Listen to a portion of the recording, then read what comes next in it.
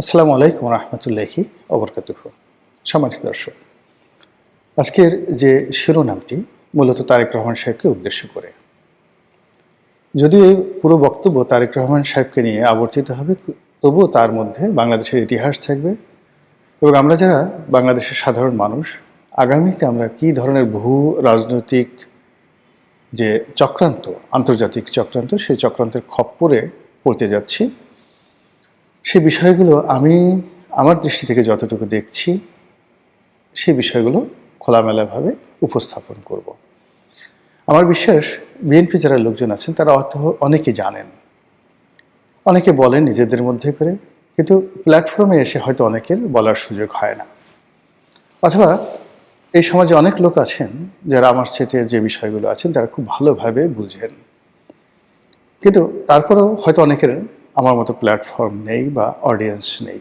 তো যে কারণে আমার কাছে মনে হলো যে তারেক রহমান সাহেব, বিএনপি এই মুহূর্তে যেহেতু নির্বাচনে হাওয়া তাদের পক্ষে, আগামীতে যদি কোনো মতে একটা নির্বাচন হয়, একেবারে টেনে টুনে একটা নির্বাচন হয়, সেক্ষেত্রে নির্বাচনের ফলাফল বিএনপির দিকে যাবে, এটা বলতে গেলে একেবারে স্পষ্ট। আর তারেক রহমান সাহেব প্রধানমন্ত্রী হবেন, এটা আরও স্পষ্ট। এই জন্য যে সকল ধড়িবাজ লোক আছে, ধান্দাবাজ লোক আছে, তারা রীতিমতো বিএনপি এবং তারেক রহমান সাহেবের পক্ষে নিজেদের যা কিছু আছে সব কিছু নিয়ে তারা ঝাঁপিয়ে পড়ছে। তেল হোক, তাল হোক, মানে যা কিছু আছে সব নিয়ে তারা বিএনপির পক্ষে ঝাঁপিয়ে পড়ছে।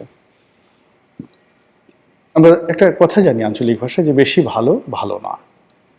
অতিরিক্ত মহব্বত, অতিরিক্ত চিন্তা চেতনা, অতিরিক্ত তোয়াজ তদবির সবই বিপদ এবং বিপত্তি ডেকে নিয়ে আসে। আবার বিজয়ের ব্যাপারে যখন মানুষ খুব বেশি, যাকে বলা হয়, নিশ্চিত হয়ে যায়, তখন বিজয়টা তার কাছ থেকে দূরে চলে যায়।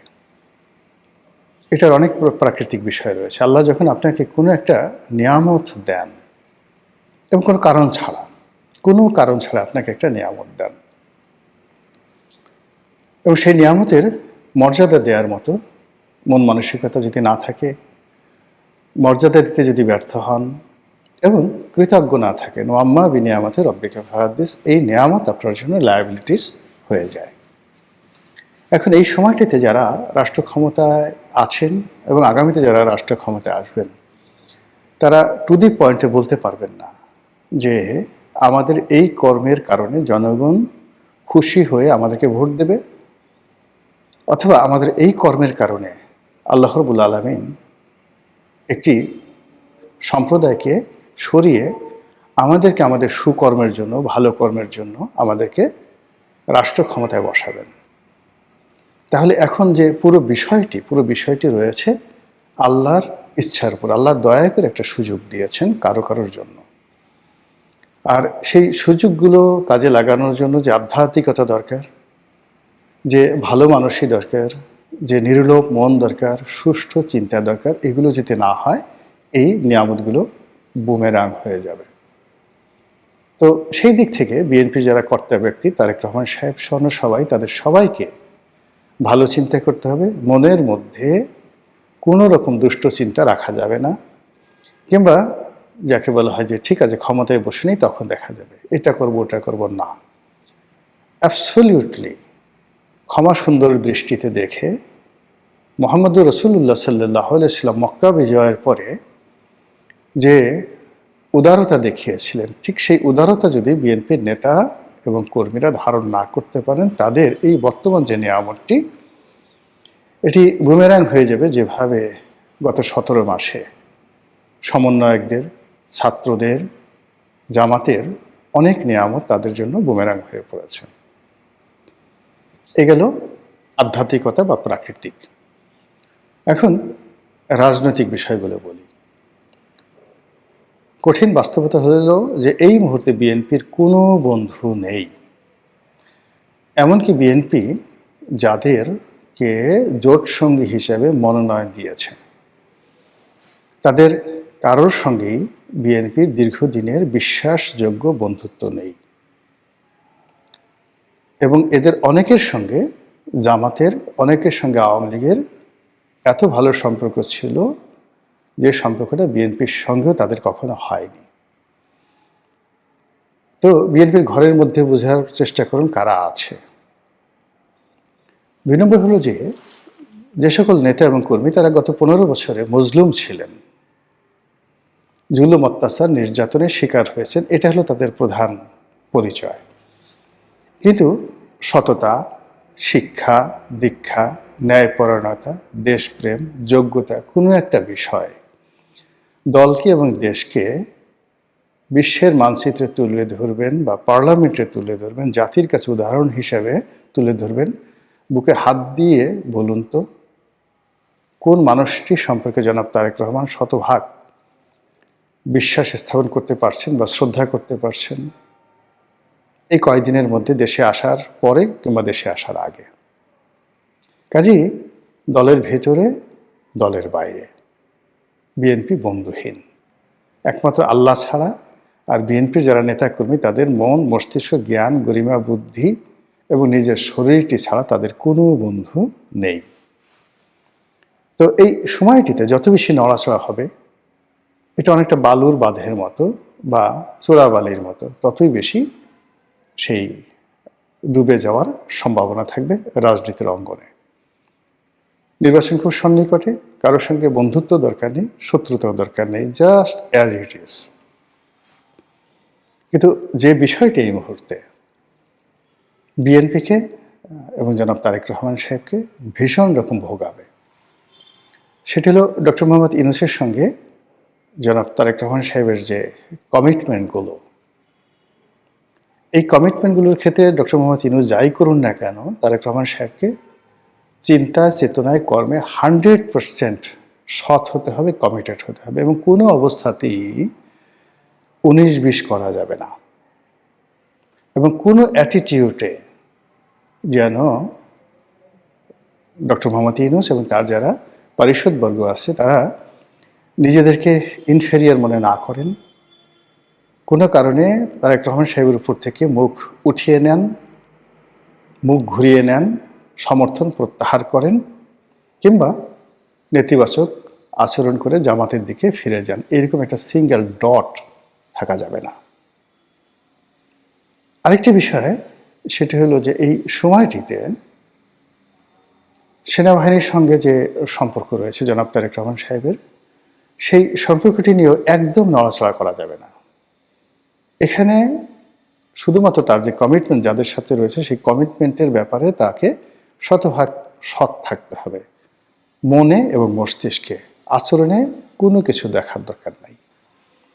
এখন যেভাবে তারেক রহমান সাহেবের সঙ্গে দেখা করার জন্য সব মানুষ ছুটছে এবং তাকে যেভাবে সুপ্রিয়ার বা সুপ্রিম কমান্ডার বানানোর জন্য যে লোকজন চেষ্টা করছে, এতে করে তারেক রহমান সাহেবের যারা বন্ধু, যারা তাকে আহ্বান করে বাংলাদেশে যারা লোকজন তাকে এনেছেন, ভরসা দিয়েছেন, স্পষ্টতই তাদের একটা বিরাট অংশ নিজেদেরকে ইনফেরিয়ার মনে করছেন।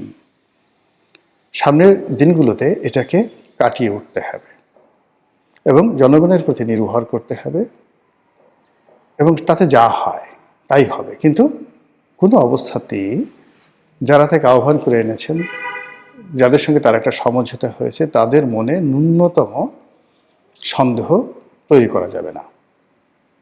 থার্ড যে বিষয়টি সবচেয়ে মারাত্মক, এখানে আপনি দেখুন যে ক্ষণে ক্ষণে দিল্লির সঙ্গে ওয়াশিংটনের যে সম্পর্ক, সেই সম্পর্কটি যাকে বলা হয় খারাপ হচ্ছে, আবার ভালো হচ্ছে। তো এক্ষেত্রে আমি জানি না যে বাংলাদেশে যে মার্কিন যুক্তরাষ্ট্রের ডিপ স্টেট পলিসি, যার প্রেক্ষিতে শেখ হাসিনা ক্ষমতাচ্যুত হয়েছে, সেই পলিসির যারা কুশীলব তারা এই মুহূর্তে কি করছেন, কি ভাবছেন। এই ডিপ স্টেট পলিসির যারা লোকজন রয়েছেন তাদের সঙ্গে কি ডোনাল্ড ট্রাম্পের আসলেই সম্পর্ক আছে কিনা, বা ডোনাল্ড ট্রাম্প বাংলাদেশের যে পরিবেশ, পরিস্থিতি, রাজনীতি, এটি কি সরাসরি নিজে হ্যান্ডেল করতে চাচ্ছেন, নাকি ডিপ স্টেট থিওরির মাধ্যমে পরিচালনা করতে চাচ্ছেন, নাকি তার যে পূর্বসূরি জো বাইডেন সরকার বা ওবামা সরকার তাদের মতো করে ভারতের দিল্লির চোখ দিয়ে দেখতে চাচ্ছেন, এটা জনাব তারেক রহমান সাহেবকে খুব সতর্কভাবে বুঝতে হবে। 2 নম্বর হলো যে এখানে দিল্লির সাথে তার যে সম্পর্কটি, যেটা নিয়ে খুব বদনাম হচ্ছে, কিংবা আওয়ামী লীগের সঙ্গে তার যে সম্পর্কটি নিয়ে যে সকল কানাঘোষা হচ্ছে, এই ব্যাপারে ন্যূনতম নড়াচড়া করা যাবে না, কোনো রকম নড়াচড়া করা যাবে না, কোনো রকম প্রতিক্রিয়া দেখানো যাবে না। কারণ কি?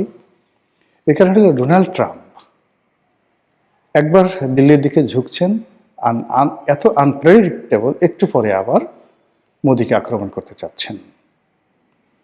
এবং সেই যে ভেনেজুয়েলার প্রেসিডেন্টকে ধরে নিয়ে যাওয়ার পর তার অহংকার এতটা বেড়ে গেছে, সে এখন ডেনমার্কের যে ভূমি গ্রিনল্যান্ড এটা অধিকার করতে চাচ্ছেন। সে এখন ন্যাটো থেকে আমেরিকার সৈন্য প্রত্যাহার করতে চাচ্ছেন। সে কানাডা দখল করতে চাচ্ছে, মেক্সিকো দখল করতে চাচ্ছে, তারপর কলম্বিয়া দখল করতে চাচ্ছে, কিউবা দখল করতে চাচ্ছে, ভারতকে খোঁটা দিচ্ছে এবং নরেন্দ্র মোদীকে তাই সে সাহায্য করতে চাচ্ছে। তো কাজেই এখানে যদি ডোনাল্ড ট্রাম্পের সাথে, ডিপ স্টেটের সাথে, আমেরিকার সাথে তারেক রহমান সাহেবের কোনো সমঝোতা থাকে, সম্পর্ক থাকে এবং এটা দিল্লি টের পায়, দিল্লি মুহূর্তের মধ্যে রিভার্স হয়ে যাবে। আবার দিল্লির সঙ্গে যদি তারেক রহমান সাহেবের কোনো যোগাযোগ থাকে, এটা যদি আমেরিকা টের পায়, তাহলে ডোনাল্ড ট্রাম্প কী করতে পারে আপনি বুঝতে পারেন। ফলে এখানেও তাকে যথেষ্ট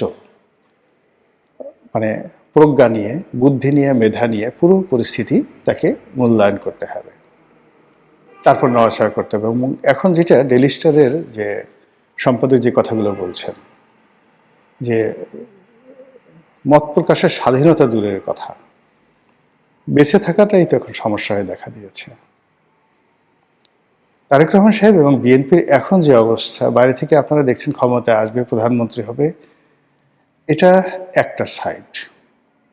কিন্তু ডার্ক সাইডটা হলো যে অসংখ্য ঝুঁকি একেবারে ঝড়ের মতো করে জনাব তারেক রহমান সাহেব এবং বিএনপিকে গ্রাস করার জন্য চারিদিকে যেভাবে ওত পেতে আছে, পান থেকে চুন খসলেই পুরো দল এবং এই দলের অসংখ্য নেতাকর্মী রীতিমতো কৃষ্ণ গহ্বর, যেটিকে আমরা বলি ব্ল্যাক হোল, সেই ব্ল্যাক হোলের মধ্যে পড়ে যাবে, এতে কোনো রকম সন্দেহ নেই।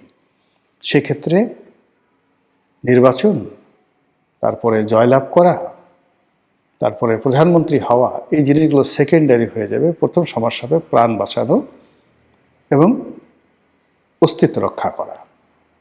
এবং আওয়ামী লীগ জমানাতে তাদের যতটুকু ছিল সেটাও এখন এই যে নতুন যে একটা ঝুঁকির মধ্যে পড়েছে, সেই ঝুঁকির কারণে সেটি আরও ভয়ঙ্কর হয়ে পড়েছে। ডোনাল্ড ট্রাম্পকে কোনো অবস্থাতেই বিশ্বাসও করা যাচ্ছে না, অবিশ্বাসও করা যাচ্ছে না, অ্যাভয়েডও করা যাচ্ছে না, ধারণও করা যাচ্ছে না। এবং প্রধান দল হিসেবে তাকে এই জিনিসগুলো করতে হবে। এবং আমেরিকানরা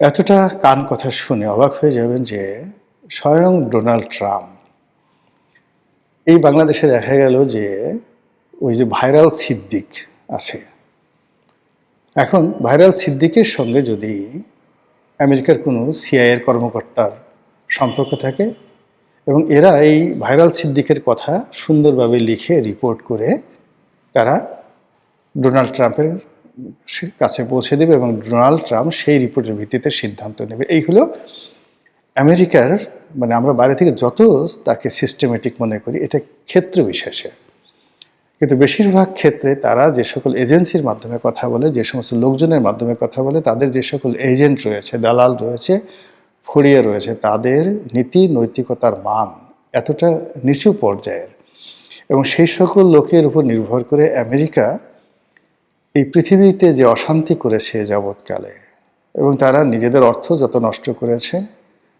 এটা পৃথিবীর অন্য কোনো দেশ রাষ্ট্র করেনি। একটা রাষ্ট্র কেবল নিজেদের দেশের জনগণের কাছে $13 ট্রিলিয়ন দেনা আছে। 1000 বিলিয়নে 1 ট্রিলিয়ন, 1 বিলিয়নে 12,000 কোটি টাকা।